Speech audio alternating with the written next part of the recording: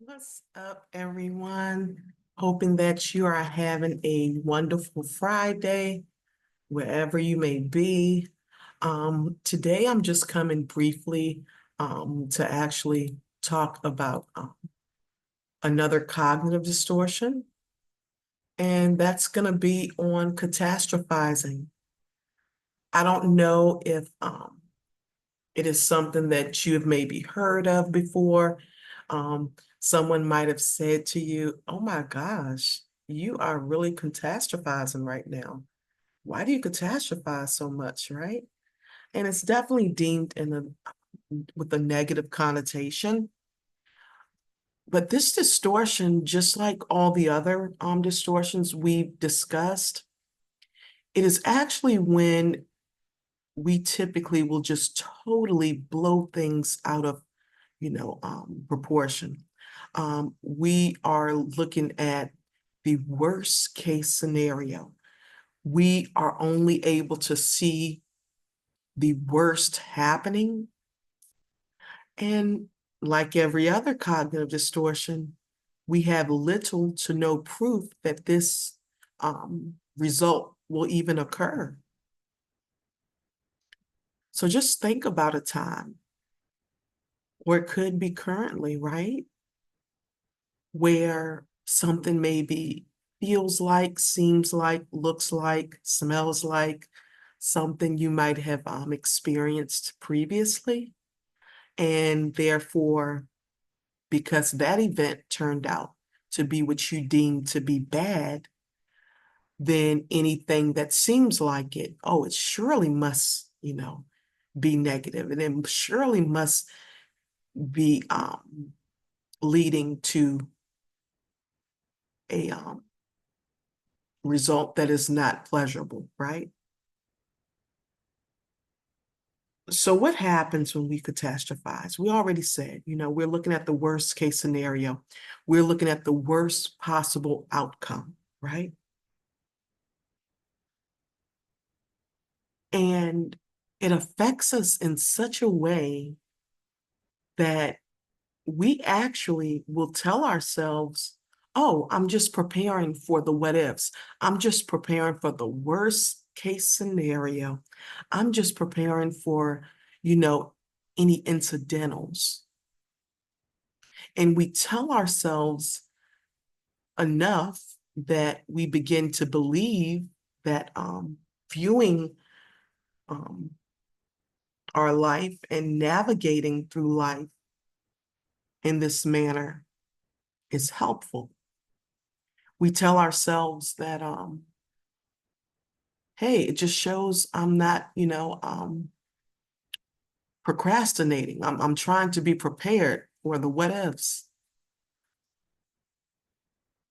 Now, like I've said in the past, at some point, this cognitive distortion showed to be true, meaning that at some point you did catastrophize and you were grateful that you did because the brain, the body, had prepared itself for a negative outcome, and the negative outcome did in fact happen. Okay. So then we go on this spiral and navigating through life with this idea of catastrophizing is just, hey, I'm not having any hopes and dreams. I'm just, hey, expecting the worst possible outcome. The problem is what is happening in the body during this time is anxiety. It's anticipatory anxiety, y'all. We are now getting our mind, emotions, and our body prepared for a state of chaos. Now, what we're preparing for may be days ahead, weeks ahead, months ahead, years ahead. I've seen so many different, I have so many different examples when it comes to catastrophizing and just what it looks like, right? And so we spend all of our time anticipating this worst case scenario. My question is, what if the scenario takes place and it does not match what you expected? All right, let's give an example that is light. You know, I like to just give light examples. So say, for instance, you had to do a presentation, right? Or you had to speak in front of a group of people. If you're like myself, although I know I'm fully capable of doing it, I'm fully competent, and typically I'm prepared, I have a lot of anxiety with that, right? You know, it's just one of those things. And I'm still working on that and trying to become more comfortable in that setting, right? So we know we're about to, have to speak before people. And in the days ahead, we are just thinking about this thing and we are ruminating, and we have reviewed our notes and we're feeling totally capable, but yet it's like, what if this happens? What if I get up there and freeze? What if what I am saying is not well received? What if, oh man, that's anticipatory anxiety. And then we begin to catastrophize. Now, you get there, you do your presentation, you speak before those people, and it was well received. You got up there, you did your thing, you were comfortable, you settled in, and overall, you felt good about, that presentation. But in the days or weeks or months or years ahead, you were catastrophizing. Catastrophizing limits us from being present in the moment, because we are more focused on this worst case possible scenario, right? And so it doesn't allow us to be present in all of the moments leading up to it. How do we stop this, you may ask? Use that skill. If you haven't listened to that video, I did a video on the stop skill. That's what we need to do, stop. When you find yourself beginning to ruminate and catastrophize, stop. Because the truth is, we're not able to fortune tell. So it's not like you can provide me or anyone else any proof that something will turn out that way. And yet we are spending our moments, sometimes valuable moments, ruminating and trying to prepare for something that, other than what we can control, it's a lot of things we can't control, y'all. Just think about how much time can be lost when we are totally immersed and consumed by ruminating and catastrophizing.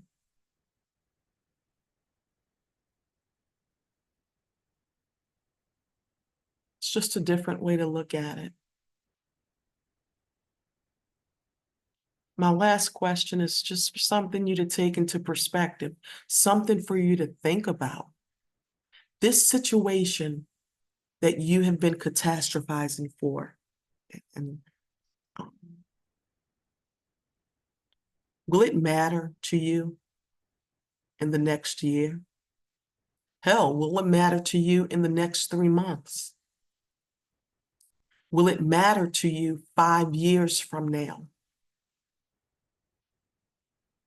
Now, surely I know a lot of people can come back and say, something like, oh, well, Cam, it depends on what it is. Well, we all know that, right?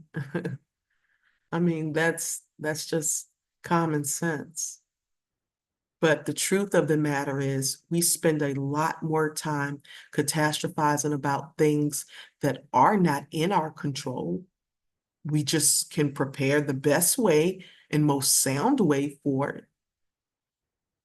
But if something's not in your control, and that is what you are focused on, things that you have no control over, then what may we be avoiding in the present that we do have control over?